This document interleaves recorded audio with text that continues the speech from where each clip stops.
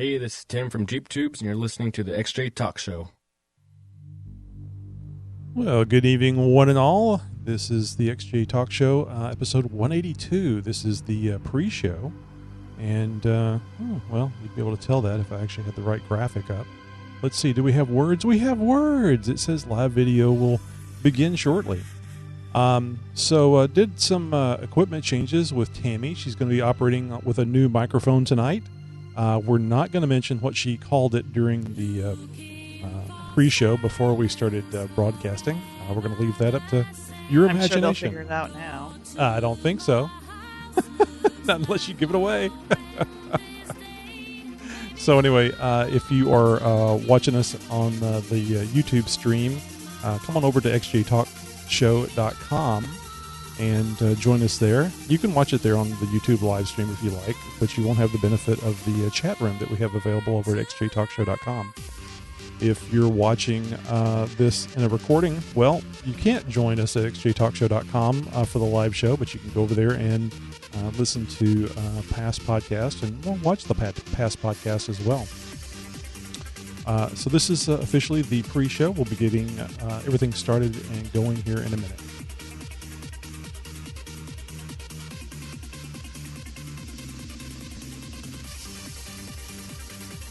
Is there anything on the show notes we need to discuss? No, I don't believe there is. And everybody knows Pap's boys are not here tonight. Right. Yeah, I kept them out of the show notes for the campfire chat. That was funny. I don't guess Clyde will mind me telling on him, but we were having a long Skype conversation the other night, and no, save it for the campfire chat. I don't know. I don't know if I want it in the main show. Oh, okay. But anyway, we were talking on Skype, and I said, "Hey, you got to come on the show. You and Tommy got to come on the show and hang out." And he says, "Oh, campfireside chat. I love campfireside chat." And I said, "Sure, let's do it." And I said, "I'll touch base with you Wednesday, and we'll get you guys on Skype, and we'll try the 4-way Skype conversation. It would be really neat." So I checked with him Wednesday, and I said, "Hey, you guys still coming on the show tomorrow night?" He goes, this isn't chat." He's kind of like, "Sure. Do I need to prepare anything?" And I'm like, "It's campfireside chat. This is really a BS type thing." He goes, "Oh, we can do that. Let me check with Tommy." He didn't remember. He went to the bathroom about 4 times after popping at least 8 beers while we were talking. Good times. So I'm not used to dealing with people that are, forgetful. Forgetful because due to alcohol consumption. So it was pretty funny.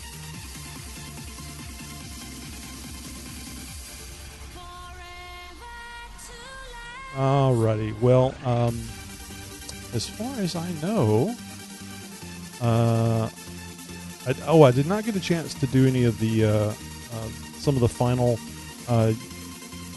quick Jeep tip edits. Just had time to do the. Put those in next week or post or whatever. And I think everything that's in there is in there. We have the Grand Cherokee talk from Cody in the voicemails. Did I get those in there? Yeah, I got the Cody stuff in there. Yeah.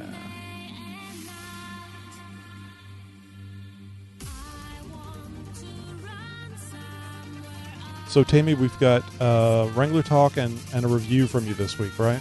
Yep. All right. The review's kind of a review. That's all right.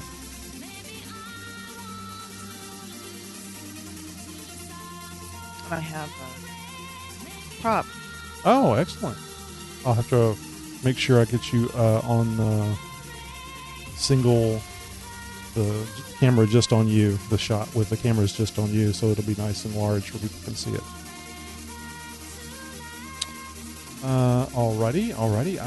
Anything that I can't think of anything else. We can actually get started a little early tonight, unless you guys have something.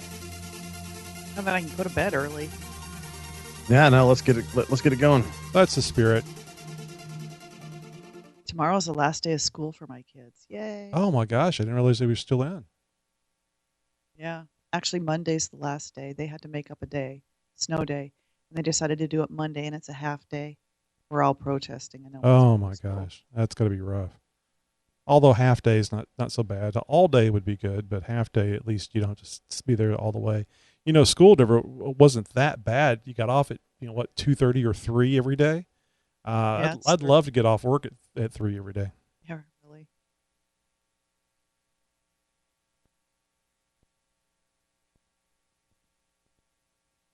I think I'm getting a sore throat. I think I might be getting a summer cold.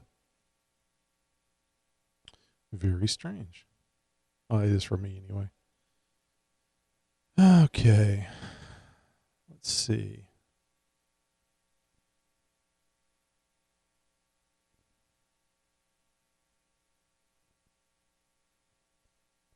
All right. Well, if you guys are ready, Josh, I see you're typing stuff. Okay, to get started? Yeah. All right. So I'm going to go ahead and start all the timers, start the recorder, and get in on get the opening going here. Mm-hmm.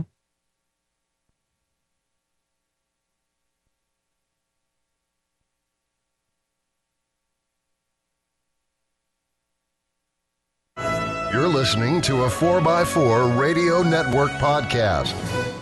Are you ready? It's the XJ Talk Show. With Tammy on Wrangler. Tony and Josh on Cherokee. So sit back, strap in, and brace yourself. Everybody wave. First week in G. Oh, who's going to get to see it first? No, I promise I'm not going to stand up. But, well, I know it's not going to be me, and I'm pretty sure Tony won't be allowed either. And you can bet there's going to be no cell phones allowed in the room either when Fiat and Chrysler dealers meet in August to get their very first exclusive glimpse of the resurrected Jeep Grand Wagoneer, something that consumers and even journalists will apparently have to wait a little longer to see. The company is going to give some dealers only a sneak peek at the 3-row, 7-seat luxury SUV that Jeep has planned for the 2018 model year. Considered to be the first luxury SUV, the Grand Wagoneer, or SJ, was produced from 1963 to 1991, the third longest production run in automotive history. Sadly, the last Grand Wagoneer produced rolled out of Chrysler's Toledo assembly plant on June 21st, 1991. Owners had the option of having a final edition Jeep Grand Wagoneer badge installed on the dashboard. The revived Grand Wagoneer will share a platform with the next generation 2-row Grand Cherokee, and so will likely be a unibody rather than a body-on-frame vehicle like its predecessor. It's most likely going to be built at Chrysler Corporation's Jefferson North assembly plant, where the Dodge Durango and Jeep Grand Cherokee are currently being produced. An all-aluminum or mostly aluminum body also appears to be a safe bet, but it's still unknown exactly what that upcoming body of the Grand Wagoneer will look like. Speculation surrounds a kind of throwback to the 1970s era Jeep Cherokee, a similar theme in the concept vehicles we saw at the Easter Jeep Safari. As of yet, we also have no numbers for the drivetrain or what sort of options may be available. I'm betting there will be rumors of an SRT Grand Wagoneer very early in production, and, well, that makes me tingle in places I shouldn't talk about. The new vehicle will replace and fill the vacant spot of the Jeep Commander, which ceased production in 2010 due to low demand. Well, Mom wins a free Jeep from AutoNation. No, not my mom, and you don't want me talking about your mama. But a single mom who saved for years to buy her daughter a car for graduation received an even bigger gift herself Wednesday from a dealership group, AutoNation. On national TV, broadcasted live, 51-year-old Daisy Gomez of Florida learned that the 2015 Jeep Wrangler she purchased for her daughter at a Pembroke Pines store would be free and her check ripped up. All this part of AutoNation's celebration of selling 10 million vehicles, more than any dealership group in history. Can I hug you, Gomez asked Mike Jackson, the chief executive of AutoNation, on hearing the unexpected news that the $44,000 Jeep would cost her absolutely nothing. She, of course, embraced Jackson warmly. Her daughter, Nicole, who graduates from high school Wednesday evening, stood there, mouth agape, beaming, of course. AutoNation, based in Fort Lauderdale, televised the giveaway on Business Channel CNBC around 7:30 a.m., live in front of the Radio City Music Hall as it announced its best May for retail sales of a new vehicle since the year 2000. The company said its new vehicle sales jumped 5% in May from a year earlier, more than double the growth of the industry nationwide. AutoNation executives linked the sales surge to the company's $20 million marketing campaign to publicize its 10 million vehicles sold, a push they say has brand the top of mind amongst consumers. AutoNation surely is top of mind now for this lucky winner. Despite this warm, touching, feel-good story tugging at the heartstrings of everyone listening, I'm going to say what we're all thinking. That spoiled brat. Where the heck was my graduation Jeep? Did I get a shiny new Jeep for suffering through high school and not dropping out? No. Psh, free Jeeps. The nerve. Anyways, big thanks to all you guys who continue to help me out each and every week by submitting stories to This Week in Jeep. If you've got something that you think we should be talking about, or you got a response to any one of our stories, well, by all means, send us an email to newstips@xjtalkshow.com.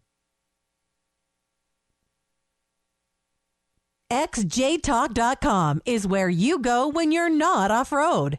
And now you can go to xjtalk.com when you're off-road too. Using your smartphone, install the Tap a Talk app, then search for XJ Talk. Take XJ Talk with you wherever you go. Jury duty, dinner with your spouse's parents, even, well, anywhere you need your XJ Talk fix.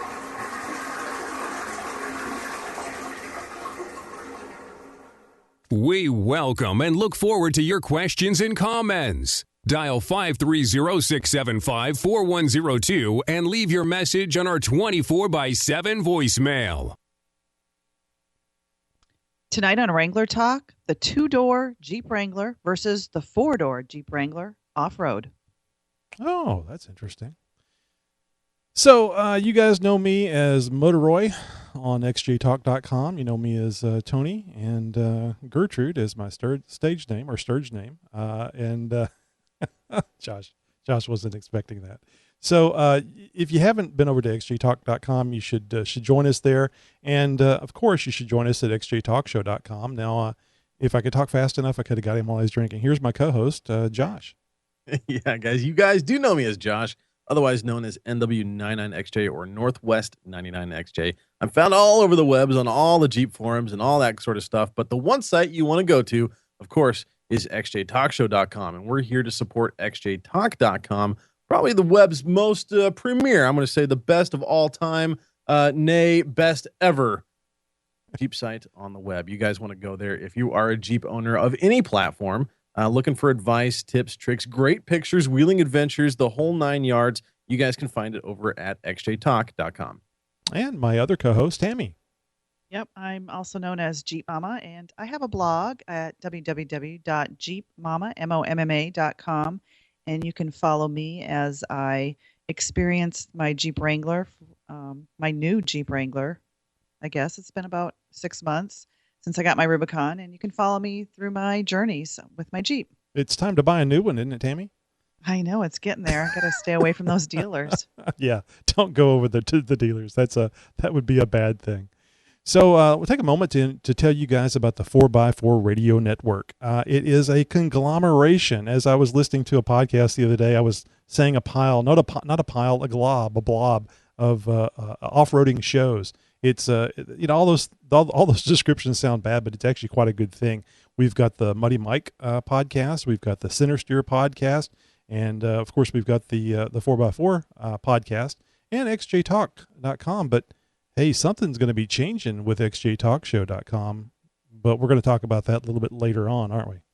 Yeah, it's really exciting. Got a big announcement, everybody. Huge announcement coming up in a little bit later in the show. But yeah, you guys want to head over to the 4x4 Radio Network, www.4x4radionetwork.com, to get all your off-road fix podcast, guys. It's pretty much a nonstop listening smorgasbord of off-road goodness. It's a buffet of off-road. I mean, buffets. Who doesn't like a good buffet? You've been here an hour. You go away. So, but there's Land Rovers, there's ATV, UTVs. There's what Dan does, which is talk about food, cooking off-road, going off-road, overlanding, which he's actually doing, or actually he'll be starting this Friday, tomorrow. His trek from Missouri all the way up to Fairbanks, Alaska. It's like a 3-week trip. Got this whole exciting. Yeah, he's got this trailer that he built and an overlanding trailer, and they couldn't ship his XJ because he's got Dana 44's front and rear, and he never did set up the emergency brake on the rear. So the shipper will not ship the XJ in that configuration. So they're taking the XJ. The XJ is going to be pulling the trailer, which was not the plan. This is the way these things happen. You make these big plans, and then something happens that you couldn't plan for. And so he's going to actually be taking the XJ. I told him it makes it a much better story taking the XJ instead of a GMC family vehicle. Take this rugged off-road 35-inch tires. Right. It's just it's God's way of saying, Dan, this is what you were supposed to do to begin with. Yeah. Well, it's going to certainly make an adventure, and hopefully we get to hear tales from the trail, as it were. Well, you guys aren't aware of this, but I touched base with Dan and asked him if maybe we could get some updates from the road. So hopefully, depending on cell coverage, we might be actually able to get some Skype updates of Dan on his 3-week trek, little updates of what's going on every so often, maybe some actual campfire videos, and maybe we'll catch that last image of the bear charging them.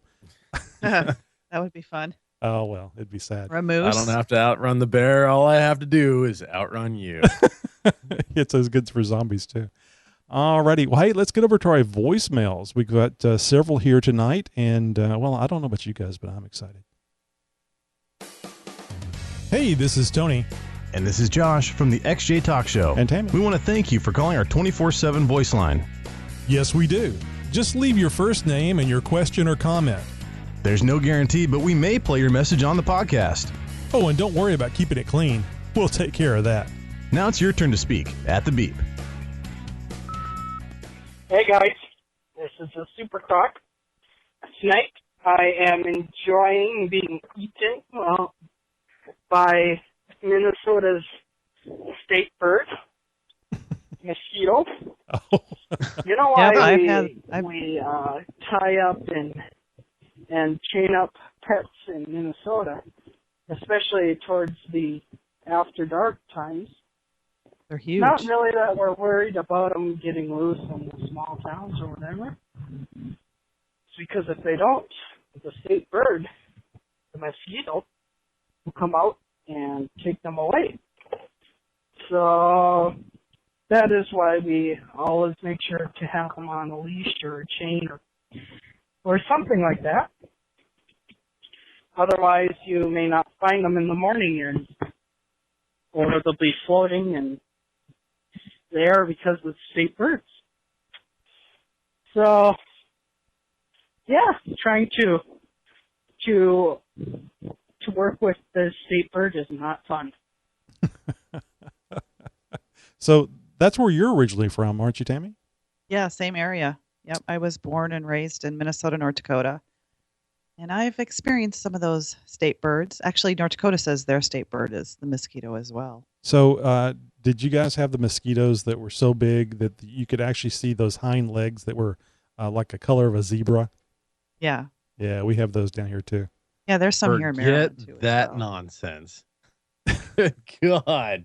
They're huge. Sounds like a Huey. Big welts on your skin when they bite you. Sounds like a Huey military helicopter flying by your ear. Blue thunder. We get the little ones up here. Just that's it. You get them every now and again. That's it. But and you can barely see them. I mean, they're almost invisible. They're so small. All right, let's get over to Cody. I think he's going to take us to task about our Grand Cherokee coverage. All right. Hey guys, it's Cody with trailchasers.net. On one of the last episodes, you guys were talking about, we talk about everything, not just XJs. We talk about XJs and Wranglers and XJs and Wranglers. And not once did you say the grandest of all Jeeps, the Jeep Grand Cherokee. Thanks, guys. Talk to you later. We talk about them. We talk about them in the news, right? Yeah, we have mentioned them in the news. We are a little lacking in our Grand Cherokee tech discussions, that's for sure. Yeah. But that may soon be changing as well. That would be nice. We'll leave it there, and maybe we'll revisit that here in a second. Let's get our second Super Croc, and hopefully this is going to be about something other than state bird. Greetings and octogenarians, XJ Talk. This is Super Croc again. You know what I dislike? Mixing coolant or antifreeze, whichever you Southerners and call it. Generally coolant up here because, except for maybe 2 weeks out of the year, it's used as coolant. But that's off topic. But yeah, you can get it 50-50 pre-mixed, but then you're paying out the third point of contact for it, and that's never fun. But you get it full strength, and you have to mix it, and you spill water all over, you spill coolant all over. It gets all over, and it's no fun. But it tastes great. Mm-hmm. This week I had to do that 3 times. Twice for my car, before and after changing a water pump, which I had replaced a couple months ago, but either the pump itself or the gasket failed. Not sure. I got a replacement pump and gasket, so. And then for a friend's car. So, yeah, coolant. I hate it. Bye. Wow. He just needs to get the state bird and the coolant together. Yeah, there you go. That'll take care of one or the other. Get rid of those pesky little things. Oh, it's horrible. Whenever the nanobots first come out, that's exactly what they're going to be made to do, is go attack all the mosquitoes. And maybe it'll be live on YouTube. That would be pretty cool. Watch a whole war sequence. All right, I must have hit my head today. So let's get over to our last voicemail, and this one is also from Cody. Hey guys, it's Cody with trailchasers.net. I was giving you a hard time about not talking about the Grand Cherokee enough, the grandest of all Jeeps. But I should probably mention that the grandest of all Jeeps that I own, the Jeep Grand Cherokee WJ, has a blown engine. So my grand engine has grandfully exploded, and now I'm looking at a very grand price tag to get the 4.7 liter rebuilt. So, yay! It blowed up. I don't know if you guys remember from last week, but Cody was telling us that he got rid of his perfectly fine TJ because he was expanding his family and just couldn't quite see, having the fam all fit in the TJ. I bet the TJ is still running. But yeah, right. That's what happens with the older vehicles. You never know. And, Cody didn't mention, I wonder if that was a 4.0. I bet you it was the V8. No, he said the 4.7 liter. Yeah. Oh, that's right. He did say that one. Yeah. No, I think it's time for a Hemi swap in that. Oh. If nothing else, maybe even just a 5.9 in there. But no, I like the WJs. Those are probably one of my favorite Grand Cherokees. All right. Well, this isn't going to be stereo, but I'm going to do it anyway. It is the big time announcement. Who wants to start? Well, I'll go ahead and just kind of get the ball rolling on this. Guys, this is something that we've been talking about behind the scenes for a little while now. And we've talked about how the show is growing. And obviously the evidence is evident. We have a new co-host. She's been part of the show for several weeks now and definitely finding her place. And, well, the show is growing, as is the site. And, of course, the expansion of the 4x4 radio network. Basically, things are moving along pretty good. And in order to keep up with the times and the pace and the developments of everything else, well, we've got to make some other changes as well. Now, before you start thinking this is going to get all somber and everything, well, no, this is actually a good thing. I'm not leaving the show no matter how many votes we get for it. Damn, you know who you are. Guys, please stop sending bundles of rope and rolls of duct tape. We can't tie him up. We can't leave him tied up for very long. So we've got enough for now. If we need more, we'll ask. But no, Tony, what is happening? What is going on? All this talk and this big announcement, what exactly are we doing? Well, Tammy's really the reason for this. I'm going to let her announce it. Oh, it's all her fault.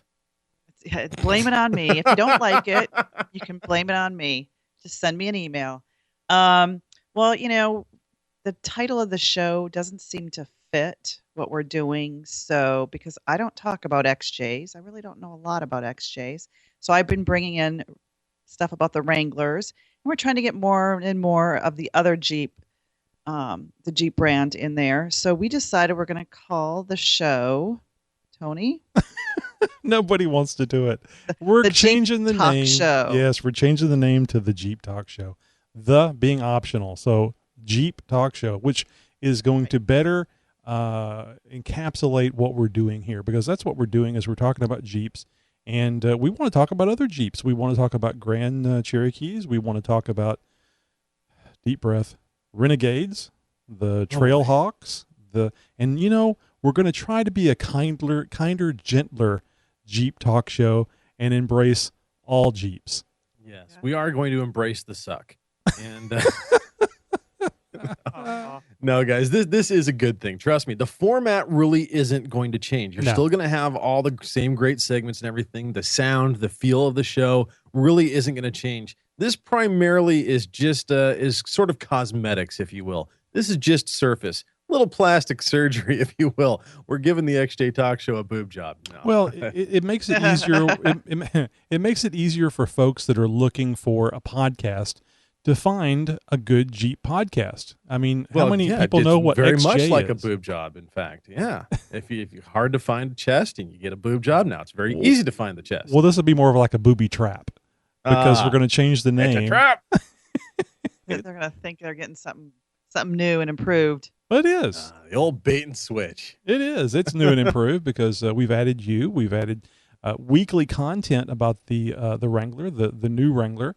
And since you've joined, Josh and I have been woefully inadequately mentioning the open seat that's always available for everyone out there, because if you know about Grand Cherokees, or maybe you don't, maybe you're learning on the job, so to speak, you can give us content that we can put up here on the show.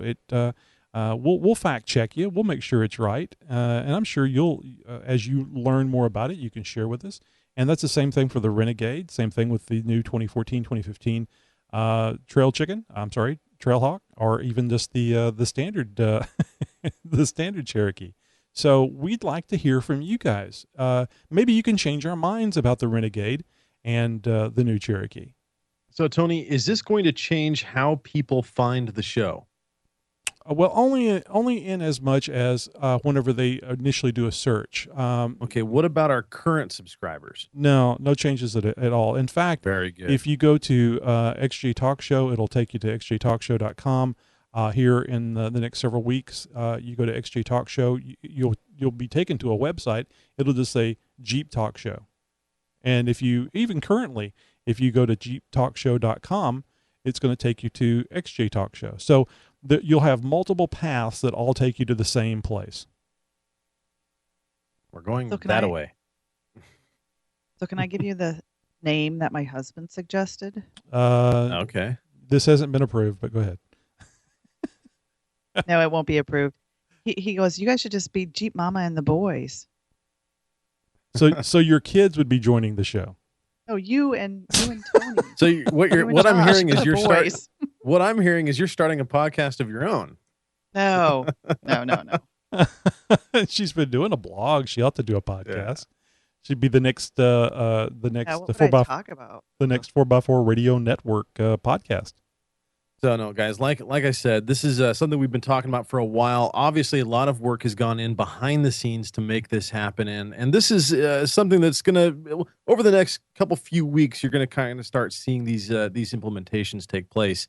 And by all means, if you guys have any concerns, we want to hear your opinions. We want you guys to tell us what you think about all this, and just be aware that this is definitely a good thing. Nothing is going away. Nothing is really changing except for just the name. Yeah, I mean, the podcast has always been about Jeeps, but with the show expanding its team, we feel this makes sense to change the name of the show to better inform the public about what we're about. Josh and my first love will always be the Cherokee. We'll always have XJ content on here. Oh, yeah. And we're just adding to it. And I don't know about you guys, but as I've been listening to the new podcast over at the 4x4radionetwork.com, I'm enjoying learning about ATV, UTVs, and the Land Rover. I wanted to say Range Rover again. John would kill me. But talk about, other platforms and stuff like that. Mhm. We talked about Grand Cherokees, and obviously we had a fan of the show, Cody, put us to task a little bit about our lack of Grand Cherokee tech. Well, there is a lot of tech out there that is very specific to the Grand Cherokees, stuff that you otherwise wouldn't know unless you've owned one and worked on one for a number of years. And those kind of people are what we want to hear from right now. We want to hear from you Grand Cherokee owners out there, you Grand Cherokee experts out there, you guys who've got the tech, who know the tips, the tricks that nobody else would know unless you've been through the ringer of working on an old ZJ or putting a lift on a WJ, things that, the rest of us would like to know. And, the very easy way to do that, you can always write us at newstips@xjtalkshow.com. You can, of course, call the show on our 24/7 voicemail line, 530-675-4102, 530-675-4102, or use our SpeakPipe feature, basically a fancy answering machine on the internet, over at xjtalkshow.com, and let us know about your willingness to participate with the XJ Talk Show in a Grand Cherokee segment. Yeah, don't think about it. Just do it, and don't be worried about what people will think and say. You will find that you're a lot better at something at this that you probably expected to be. So, and just of course, give it a shot. we're here to help you guys out as well. Right, poke fun where possible. Right, Tammy? Yeah, sorry, I had my mic on mute. Oh, hey, I had a excellent. question. I had a question. Yeah, shoot. Okay, don't punch me when I ask this, but what's the difference between a Grand Cherokee and a Cherokee? Well, the Grand Cherokee was the slightly larger, more luxurious version of the Cherokee. They had both a 4-liter inline 6 that is famous. The Jeep is famous for, as well as a V8 option. They were a limited production year, and lots of plastic, lots of electronics. But they developed a very loyal and devout following. I myself am fond of the Grand Cherokees as well, and I've given thought many times to getting one as a build project. But no, the Grand Cherokee is just a slightly larger version of the Cherokee, and of different body lines, of course, different platform, as it's got its own unibody construction, and it's got a different suspension setup. It's got 4-link front and rear. I think they were trying to go for more of a larger family vehicle, and maybe a vehicle that could tow more like a boat or trailer, right? And more family not off road, but more family off road excitement, where you get the boat out and so on and so forth. And even the 4.0, the Cherokee that came with the 4.0 engine, I don't think they used the same drivetrain as far as the transfer case and the transmission. I don't think they ever used the AW4. I don't think they ever used the 231 or the 242. But I'm not 100% Some of them sure. did have the 242. Most of them had the 249 or the all-wheel drive. Yeah, 249 transfer case. So, So do people mod and lift the Grand Cherokees? Oh, you betcha. In fact, the Grand Cherokee, the later model ZJs and the WJs, the next, the more roundy style Grand Cherokees that you've seen, are a very preferred vehicle for overlanding, for expedition reasons. They're very comfortable, and that's probably the primary reason. But they can haul, and they've got a lot more cargo room. And there is a ton of aftermarket support for them. Well, but there's not as much aftermarket support as there is for the XJ, and certainly not for the Wrangler. True. That is true. Because I read a lot of complaints about that, as far as, you XJ owners, you have all this aftermarket support, and the Wrangler aftermarket support is just ridiculous. There's so much of it, and not so much love for the Grand Cherokee. Not as much, but there is quite a bit out there, all things considered. I mean, there's a lot of smaller fab shops and stuff like that do one-off type of stuff. And there's, a lot of the tech is cross-platform as far as, control arms and stuff like that. One would apply to That's the true. other. Yeah. So because you could, an upgrade to an XJ was to get the tie rod and a couple of other front end parts, I believe, and you could transfer them from a Grand Cherokee to an XJ and do a cheap upgrade, because they were a little beefier since the Grand was larger. And also, too, the ones that sported the V8 needed something a little more beefier up front to handle that additional weight. So anyway, if you have some Grand Cherokee information you'd like to share with us on a regular basis, doesn't have to be weekly, but just give us a holler and on those one of those many avenues that Josh gave us earlier, and we'd love to hear from you. Love to get you on the show. But now let's get over to our YouTube subscribers and some YouTube love.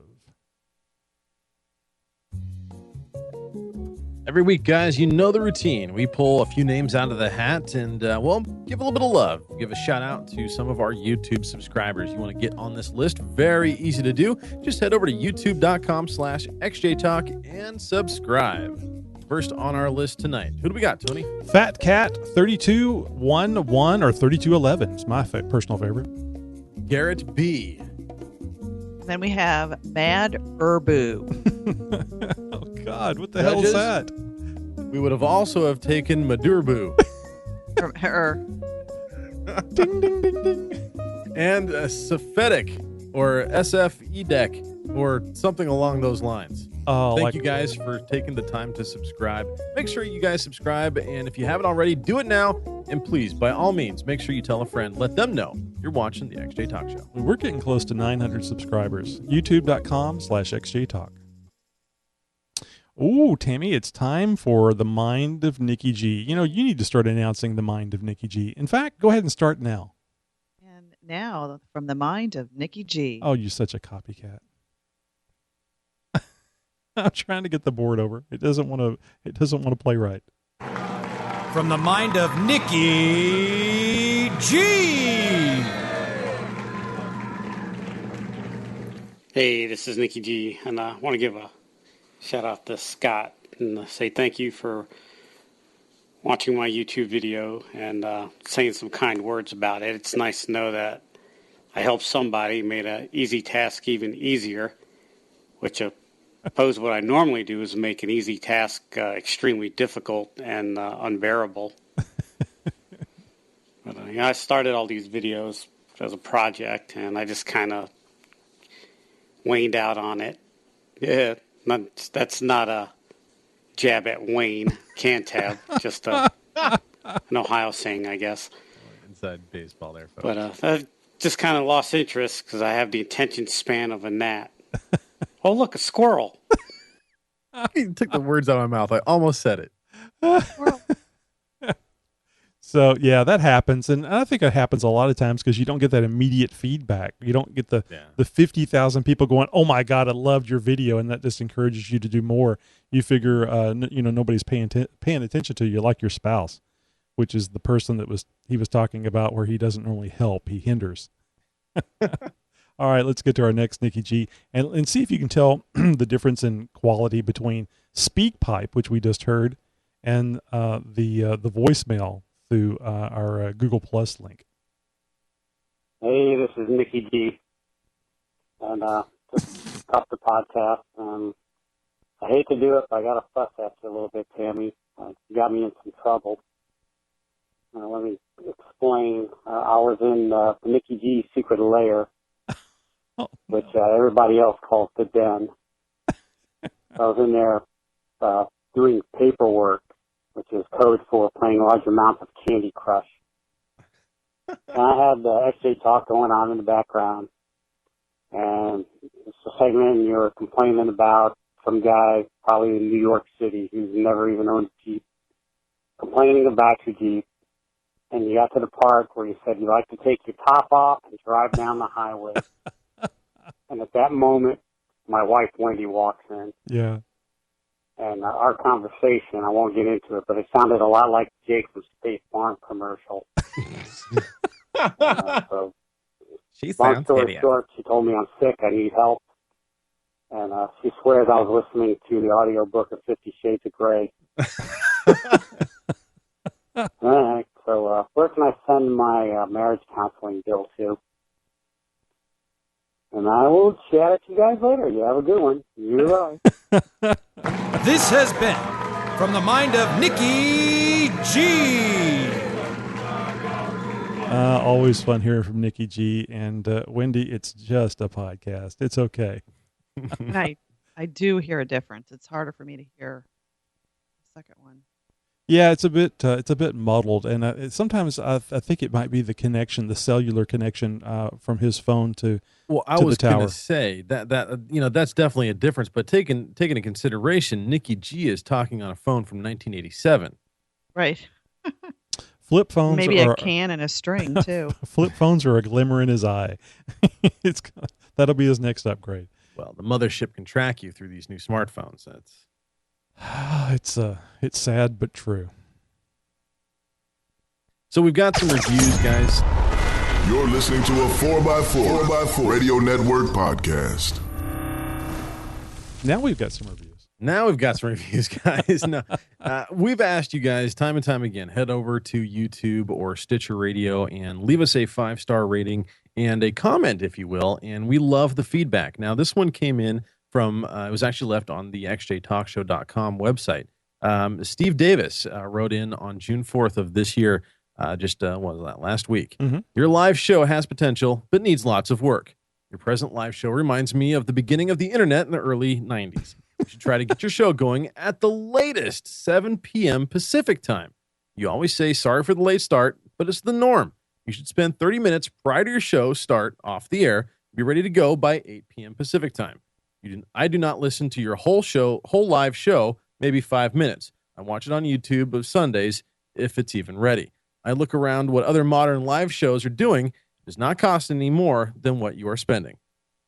Well, we've asked you guys to leave us reviews, whether it's a pat on the back or constructive criticism. And we're changing that. We're changing that policy now. No, I'm just kidding. No, the 8:30, 8:45 start times are a thing of the past. Now, guys, we are dealing with people all over the United States. I'm in Oregon. Tony's in Texas. Tammy's clear on the other side of the United States.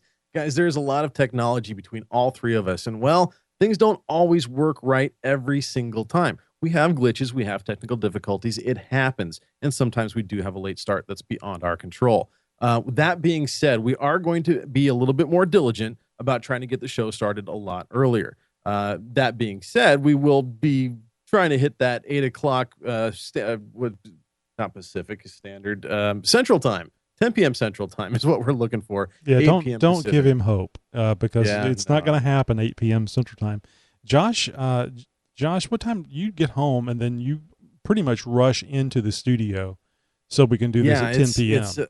It's dinner, home, dinner, and studio, and in that order with very little break in between for anything else. So, excuse me, I getting early in for me would be a task, especially with my commute and being the chef of the house. So there's only so much time in the day, and right. Guys, this is a bit of a hobby for us. This isn't our main source of income, our profession, if you will. And I guess too, it's holding us back because if we did have an 8 p.m. Central start time, that would be 9 p.m. Eastern, and what would that be? 7 p.m. your time. Yeah. So, or is that right? 7, 6? You're 2 hours behind. I'm 2 hours. Yeah. So, I mean, it would be nice. It would be nice. A show would be more available for the whole of the country.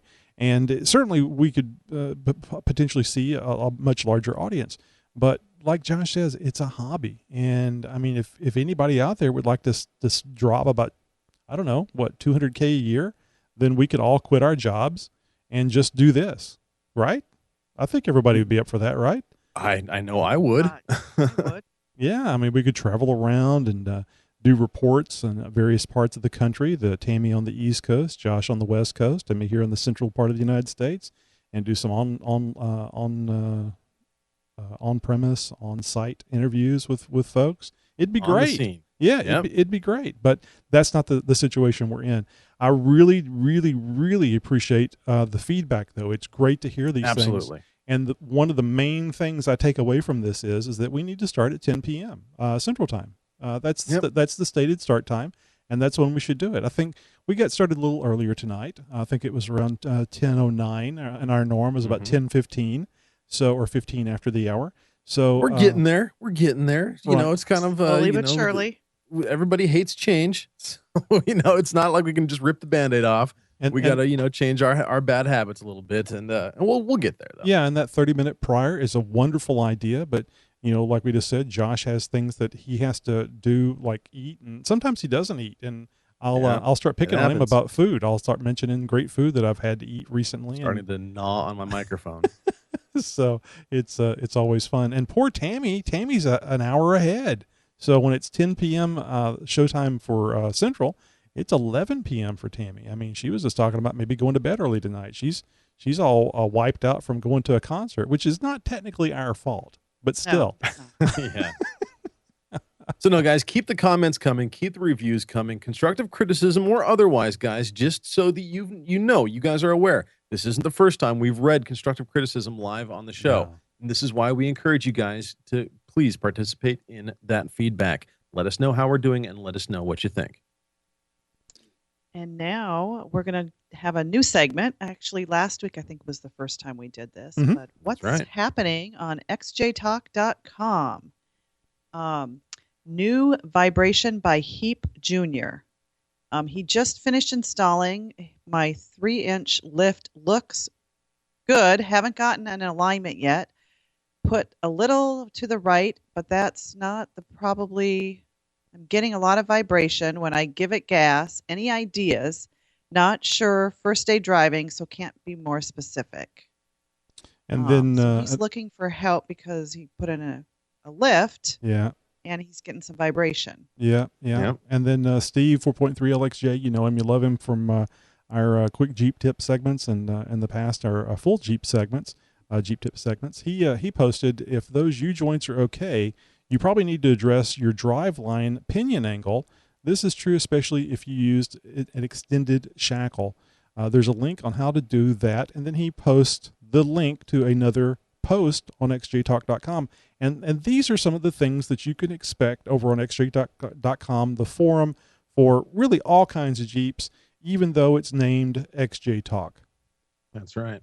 Yeah, and this kind of tech actually applies to, well, pretty much anything you lift with a rear drive line. Yeah, it's very true. Grands, whether it's a Chevy pickup, a Grand Cherokee, or even a TJ. TJs suffer driveline vibrations when you lift them as well. Just because they're body on frame and you lift them doesn't mean they don't suffer from the same kind of effects that we do when you start messing around with the suspension geometry. And I don't want to go into too much detail here. We don't want to get into tech because we do want to encourage you to go over to xjtalk.com and read all the posts. But frankly, Josh, I'm a little surprised he was getting vibrations with just a 3-inch lift. No, I got vibrations with my 3-inch lift. When I my very first lift on my first Jeep, I had a little bit of vibration. That's why I ended up having to do a transfer case drop.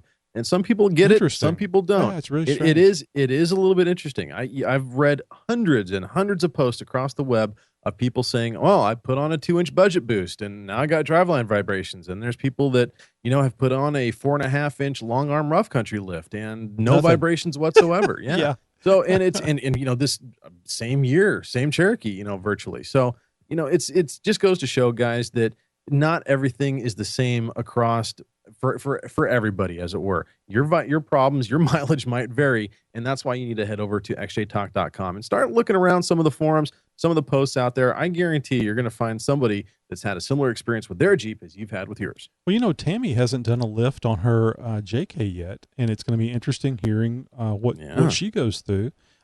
Tammy, I'll predict that you won't have any problems whatsoever, but you never know. Knock on wood. Yep. Now, guys, there are lots more replies to this post as well. Just head over to xjtalk.com and look for new vibration. Just type that into the search field with a question mark. Feel free to share your thoughts with Heap Jr., the guy who was the original poster of that, and the rest of the fine folks that are subscribed to this thread. And if you want your tech-related thread featured on the XJ Talk Show, well, get over there and post something up. We pick one each and every week, and next week, well, we might just pick yours. Well, you know what time it is, Josh. Mm-hmm. It's time to shut up. Shut up and listen.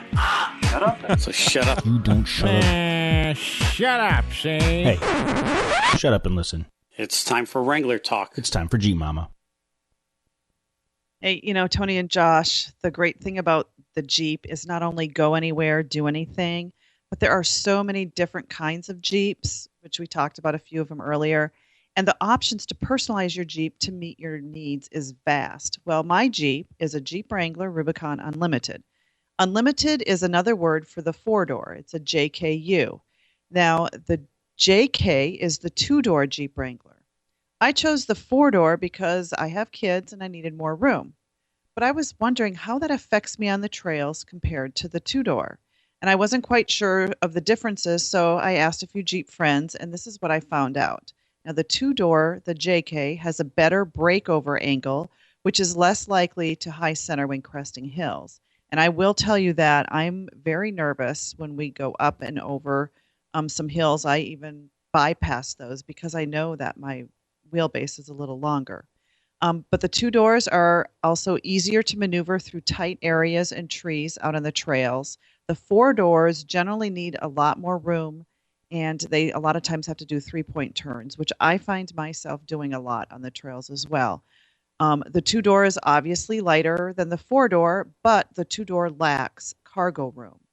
Now, the four door, the JKU, has a longer wheelbase, which is more stable when you're climbing steep hills or ledges.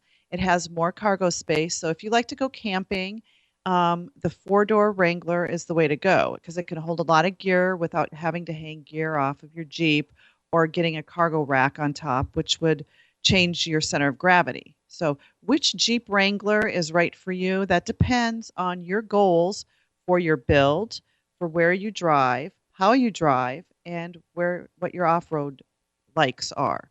So if I plan on keeping my JKU stock, even though my Jeep is a Rubicon, it can be limited on my type of off-roading if I leave it stock. I wouldn't be able to do some of the things that I would if I lifted my Jeep because of the length and the low belly. So I will really need to get a lift to get the belly lifted up off the ground if I want to tackle those tougher rocks. So once that is done, some say that the four-door is actually better than the two-door in some situations. So I guess it's time for me to start working on my off-roading goals to figure out what's next for my Jeep Wrangler. And, deep down, I know what I want to do, but I just have to figure out, it's still my daily driver and what I want to tackle when I'm off-roading. Tony and Josh? And you may find that's going to change over the years. I remember when I first started planning my Jeep lift that, I was like, I'm never going to go over 31s. All I want to do is hit some logging roads, get out there and camping and stuff like that. Yeah, that didn't last long. And and here I have a full on rock crawler, and it's a lot of fun. And it just goes to show things change over time as far as not only your driving ability, but also your needs and wants as far as what you're doing with the Jeep. Well, Tammy, I think you actually said this either in the interview that we did a long time ago, or maybe in one of your other times here on the show.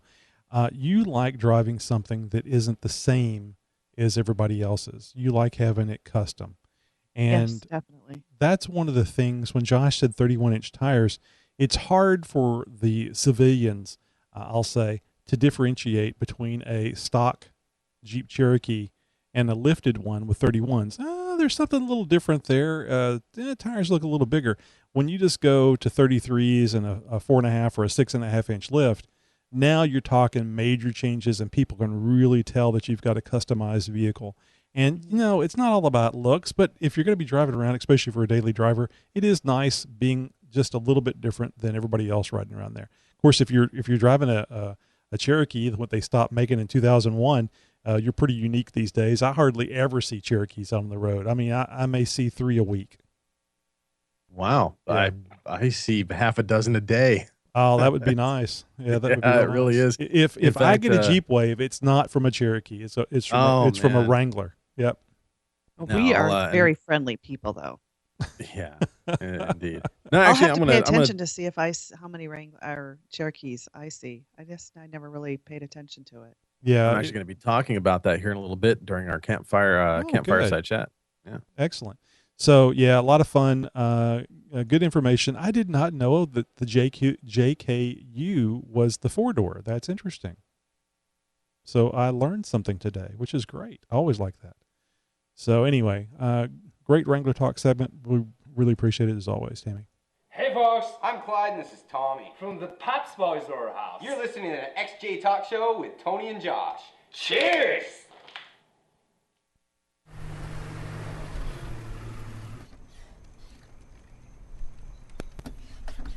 Well, speaking of the Paps Boys, distinct lack of them here tonight on the campfire side chat, but that's okay. Maybe we'll we'll get them in on one of these here one of these days. I told Clyde I've never been promised something from a drunk person, and then the next day or 2 days later they don't remember the conversation. I told him I feel so cheap. Aw, you hurt his feeling. He hurt my last feeling. Yep, that's exactly right. So anyway, it's good to be here in front of the campfire, even though it's about a blazing 900 degrees in South Texas. Well, I'm going to be in front of a campfire. Here. Oh, was it? I'm going to be in front of a campfire here in about 24 hours. I'm going to be heading out for a little bit of a weekend camping trip. Just an impromptu out with some of the guys who I haven't seen in many, many months. Some old friends of mine, and we're gonna go out. Are you riding with somebody? You're not taking the Honda, are you? I am taking the Honda up to a certain point, and then I will transfer some gear over to another vehicle. You don't want to roll up. You don't want to roll up in the Honda. I don't care how good of friends they are. Yeah.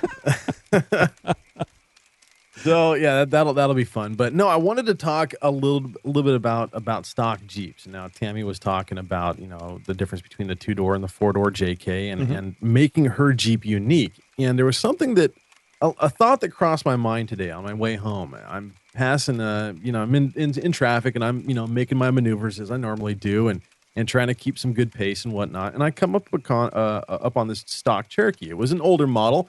Probably, I'm going to say around a 91, 92, 93-ish, around there. Completely bone stock, except for the addition of a roof rack and an interesting paint job.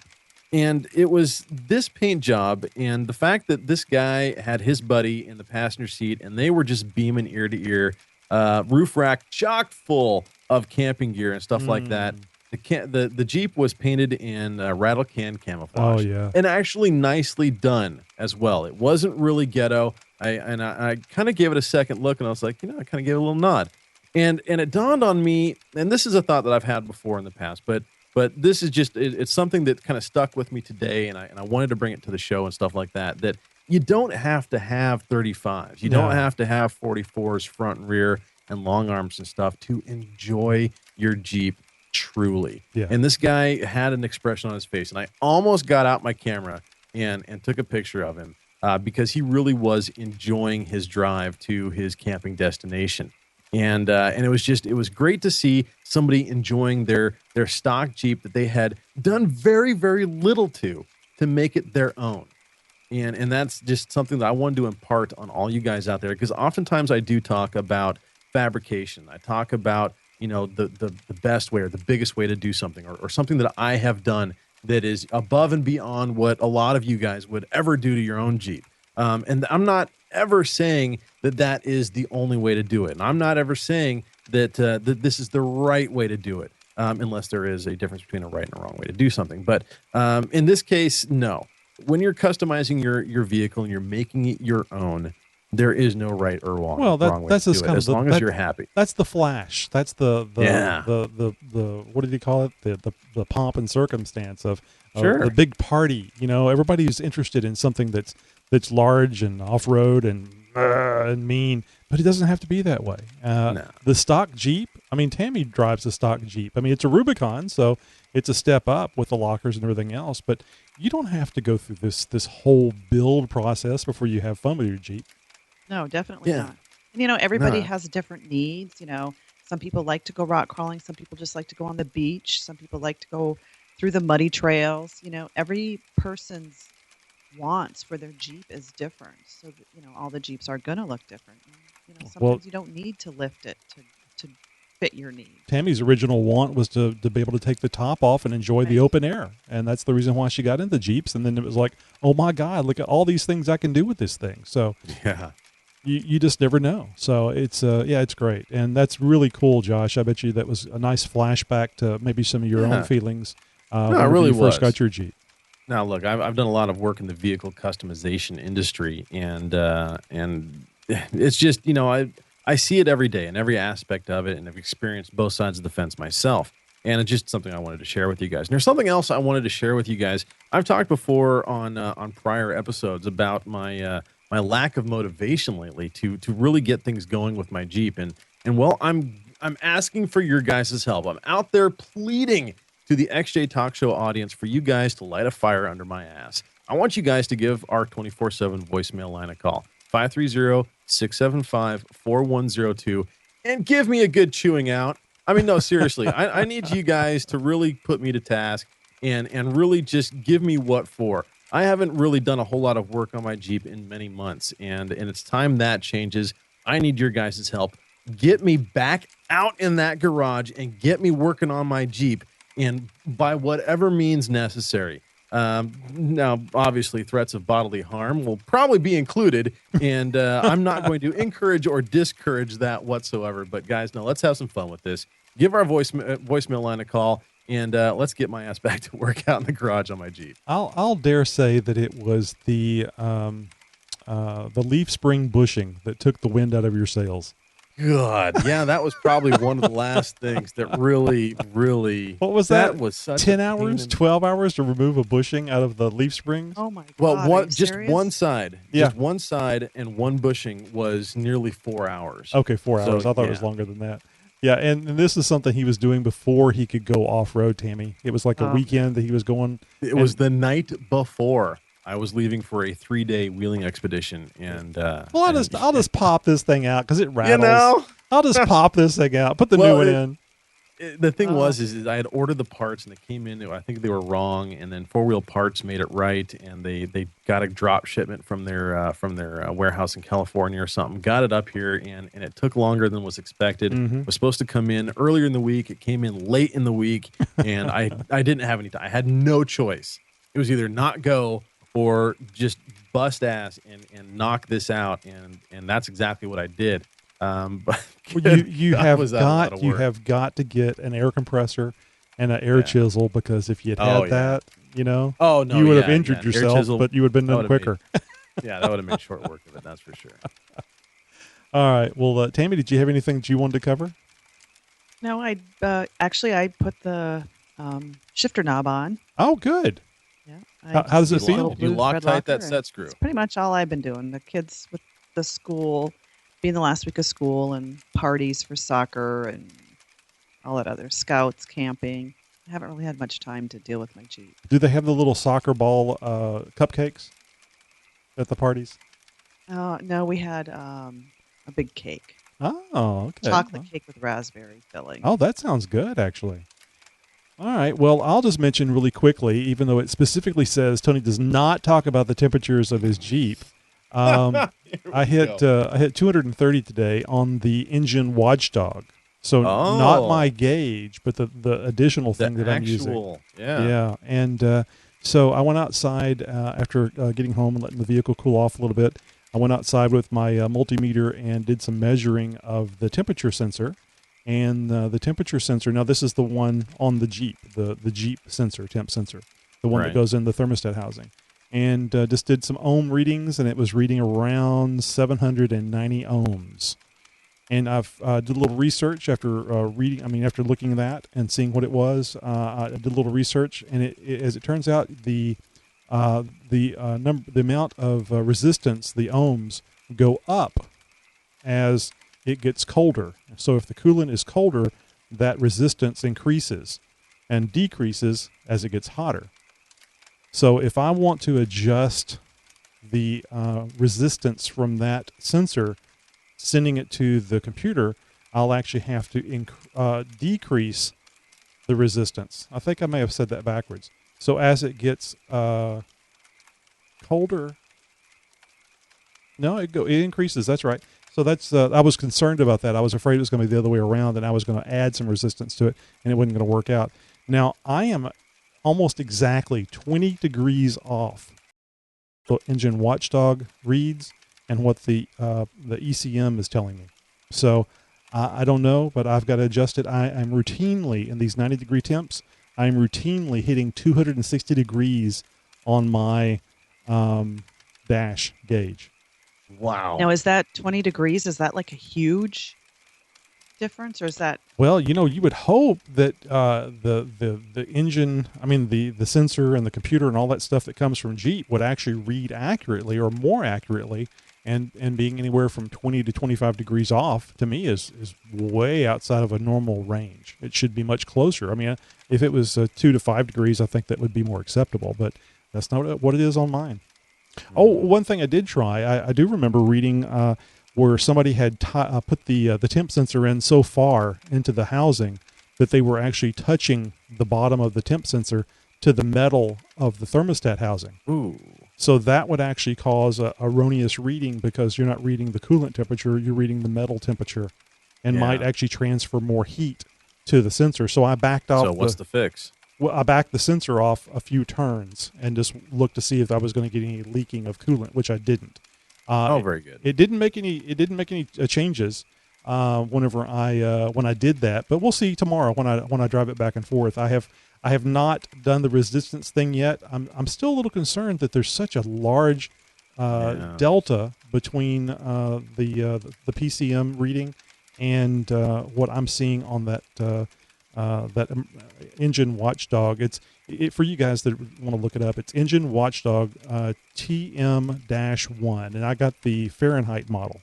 So wonderful tool. It's wonderful because I have an external measuring device that's supposed to be highly accurate, and now I have a tool that I can use to really see what's going on with the temperatures because the computer apparently has been lying to me. Yeah, always good to get a second opinion. All right. Well, I hear the pigs. Yeah. So it's time to get out of here and do a little Jeep review. Yeah, every other week, guys, we've got a product review from Jeep Mama. This week, what do we got? Well, I love this time of year because we get to spend more time outside than inside. But the best part is being able to drive my Jeep with the top down. Now, getting those windows off used to be a really daunting chore for me. But now I have something that makes it much easier, and it's zipper pulls. You can see it right here. So taking my soft top down is a very simple process. There's actually several different variations that can be done. You can pull the top back so it sits just above the passenger seats, and the windows can stay intact, or you can unzip the windows and detach them. And another way is to pull the soft top all the way back with the windows detached, where the soft top rests right above the spare tire. So all these options are a very simple process to pull the top back and zip the windows off. It's so easy. It takes just one person to do it. But the difficult part for me was zipping up and down the windows. My fingers just aren't quite strong enough to grasp just the little, would they come with just the zipper handle. You'd have to pull it up and around, and it's, the soft top is like nice and tight on there, so it's really hard to get. But I've discovered this little useful tool, the zipper pull. It makes it easier for zipping up and down my windows. It's like a snap. So I used to spend several frustrating minutes doing this in my driveway, trying to get my windows zipped back up. But these zipper pulls make it so easy. Now I don't have to struggle trying to zip the windows back up anymore. So I bought these. These are homemade. There are 4 of them from Top Zip, zipper pulls from Ken Johnson. He's the owner of Top Zip paracord products for Jeep Wrangler. He made these. They're handmade with paracord, and they come in several different colors. I got black. I don't know what I was thinking when I bought them. I should have got purple, maybe. Yeah. But the reason I like them is because there's a lot of paracord here to be able to, I could actually grab it with my whole hand to pull up and around the windows. I bought 4 of these for $10. Simple, easy, and inexpensive. You can check him out on @JeepJKGuy on Twitter. Or there's so many zipper pulls out there. I like these personally, but I've never tried any others out. But you can just go to Amazon and type in zipper pulls. And if you buy another kind of zipper pull, we would love to hear what your thoughts. You could email us at newstips@xjtalkshow.com or give us a call on the 24/7 voicemail line 530-675-4102.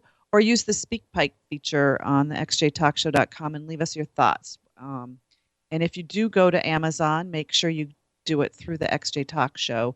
But there's so many different kinds of zipper pulls out there. But I personally like these zipper pulls because they have a lot of paracord to grasp. How does that go on the How does that go on the zipper, Tammy? Well, you know how the zipper has like a little hole? Most all zippers.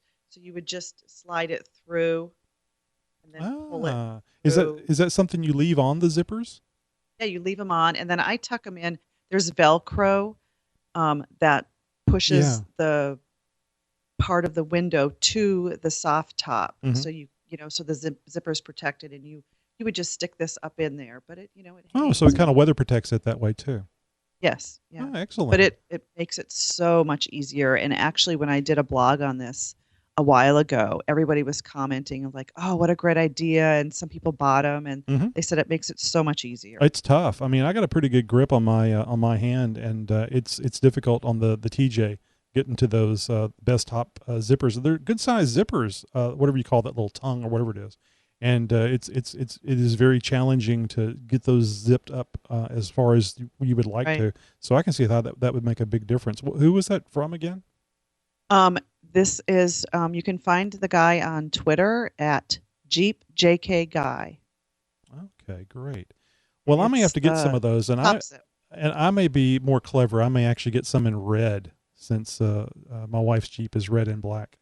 And there's definitely some really cool pictures, very nice up close pictures on jeepmama.com of these zipper pulls. So make sure you guys head over there and check those out. Yeah, always go over to jeepmama.com. She's posting constantly, and then whenever she's here on the show, she says, "Podcast, what would I talk about?" I don't get this. Well, something you guys need to get. Something you guys need to get is your calendars out, because we're talking about Wheel and Wear. Absolutely. This is where we talk about events that are coming up in your neck of the woods and around the nation. Who do we got coming up right now? Well, we've got the Jeep Jamboree USA doing it big. 2 events going on the same weekend basically in a row. But the 22nd Drummond Island Jeep Jamboree happening June 19th and the 21st, Drummond Island, Michigan. For more information, call 333-4777 or go to jeepjamboreeusa.com. Same dates, same people putting it on. Jeep Jamboree USA. They are huge, guys. 17th Pennswood Jeep Jamboree happening in Bradford, Pennsylvania. 530-333-4777 or head to jeepjamboreeusa.com for more information. Freedom Ridge Off-Road Park is having their inaugural event just outside of Minneapolis in Atwater, Minnesota, the newest park for Jeep crawling and concert rocking. Purchase your tickets for the inaugural concert Saturday, August 22nd, featuring Copperhead Creek, the Plothounds, and headliner Chris Hockey. All proceeds will benefit the ALS Association of Minnesota, South Dakota, and North Dakota. What is Freedom Ridge? Well, it's nothing like you guys have seen before. A rock crawling and outdoor music venue all in one. It's brand spanking new, and they need your guys' help. The trails are just getting going, and most are barely a third of the way complete. If you guys think you've got what it takes to, help design or even help build one of the trails, then go to www.freedomridgerocks.com and click on the Contact tab and get the gang over at Freedom Rock Ridge, knowing what you can do to help them out. Don't forget, Jeep Junkies, whether you're at the park, in the woods, or on the rocks, or even down on the beach, you pack it in, pack it out. Remember to tread lightly. Let's leave our outdoor recreation spots as good, if not better, than we left them when we arrived. That's it for this week, guys. If you've got an event coming up in your area, let's get the word out. Whether it's a show and shine, a cruise in, or a huge event like the Easter Jeep Safari, let us know by giving us a call or sending us an email to newstips@xjtalkshow.com. What a great show. I just want to mention the Jeep Jamboree in Pennsylvania. I think they're going to try to break the Jeep Parade world record. Ooh, that's going to be cool. I was going to sign up for it, but I missed the deadline. Oh, that's a shame. We'll have to get one of those big. We're going to have to get one of those big XJ Talk stickers, and since you don't have windows, we'll have to just put it over the paint of your Jeep. Oh, yeah. Make sure you guys don't miss a single episode of the XJ Talk Show. Subscribe over at iTunes. We're also on Stitcher Radio and TuneIn.com. Make sure you subscribe to our YouTube account, youtube.com/XJ Talk. And by all means, check us out on the Twitter, as Tony would like to say. We're also on Facebook, facebook.com/xjtalk.page. Guys, you can be a part of the show. The XJ Talk Show has a 4th seat open, and it's open for you guys. If you've got a Jeep story to tell or want to talk about your Jeep, well, let us know, and we'll get you and on the show. Don't forget about the show name change. We're going to Jeep Talk Show here very, very soon. Actually, we're gonna talk about this until your ears bleed, so that you're very well aware that the XJ Talk Show is not going off the air. We're not pod fading. We're approaching 200 episodes. We'll be doing that this year, right? Yeah, absolutely. Yeah. So, guys, in the meantime, make sure you give us a call, 530-675-4102, or use our speak pipe over at xjtalkshow.com. We want to hear from you guys. Tammy, where can people find you? You can find my blog at www.jeepmomma.com for all my latest Jeep adventures. Excellent. So you guys have a great Jeep week. Thanks for visiting us here live. And if you're not visiting us live, come over every Thursday night, 10 p.m. Central Time. Or, I'm sorry, 10-ish. I got a bad attitude.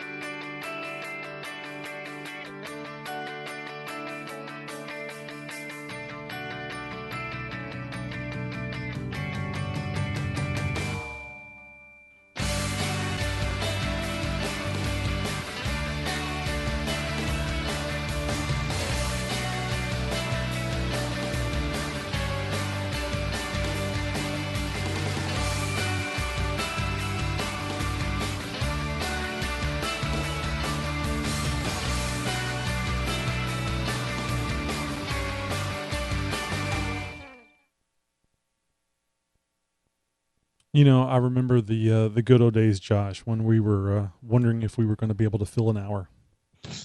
Yeah, and that was we got about an hour 10, hour 15. Yeah, I think it was. I got an hour 9 minutes 37 seconds when I stopped the recorder. I think we were closer to an hour 7, so that's not so bad as far as hitting that 1 hour mark. Well, we started at about 11:09, right? Well, I'm just talking about recording time for the show, the actual show time. I've got a little show timer. So I mentioned to you guys that are live, or maybe the folks that are listening to the recorded YouTube, you may have noticed some popping noises in the audio, and also to some freezing of the audio, which Josh and Tammy probably aren't aware of. I had a second camera connected up because with this very powerful computer, I figured we could probably get away with it. Not so. So I had to remove that second camera because it was putting a lot of popping noises on Josh and Tammy. So I think what I needed to do was, even though I removed that camera and it lessened the popping, it didn't get rid of it. So I probably needed to restart the whole shooting match to get it working right. So, and I actually see some stuff is restarting on the PC here. So I'm hoping we're still broadcasting. Explorer just restarted. Oh, my. Not Internet Explorer, but Explorer, the thing that does the taskbar. Windows Explorer, yeah. The kind of like the heart of Windows just restarted. So it says we're still streaming, so I guess it's fine. But hey, at least it waited till after the show. All right. Well, I don't think I'm going to try holding it since the PC is not liking the I don't know, not liking something. I am getting a memory heat warning. The DRAM is at 60 degrees centigrade, so that could be causing an issue. But let's see if we can do a quick shout out. Super Croc with a C was in the chat room tonight. Paps Boys, of course, Jeep Mama, Josh. We had a pretty good turnout in the chat room tonight. Yeah, you know what? It's weird. My computer just froze up. Sympathy pain. I was going to ask you, you got anything coming up, going off road or anything, Tammy? I'm hoping on the 27th, the Jeep Club I joined, the Blue Mountain Jeep Alliance, they're going to have a cookout off-road thing at Roush Creek, so I'm hoping to go to that. Oh, you know what? We didn't talk about you not being here next week. Is it still, you're still out next week, right? Yeah. What do you guys want to, me to record something like we did before? Because I could do it Wednesday night. I wouldn't worry about it. We'll cover. I might want to get with you and do a quick video that we can play during the show, since we didn't record anything about you being out. And it's I'll probably miss the Paps boys. Oh, I don't know that they're gonna. Well, I don't know. I guess it's kind of up in the air. Clyde did say something about rescheduling, but I don't know if it'll be next week or when it will be. So that's kind of up in the air. All right. Well, I'm gonna go and wrap this thing up before it crashes on me. And sounds like it's about time for a good reboot anyway. Thank you guys for joining us tonight, and we'll see you next week. We will be minus Tammy, unfortunately, but Josh and I will carry on just like we did for so many episodes prior, and just like we did when Josh was out.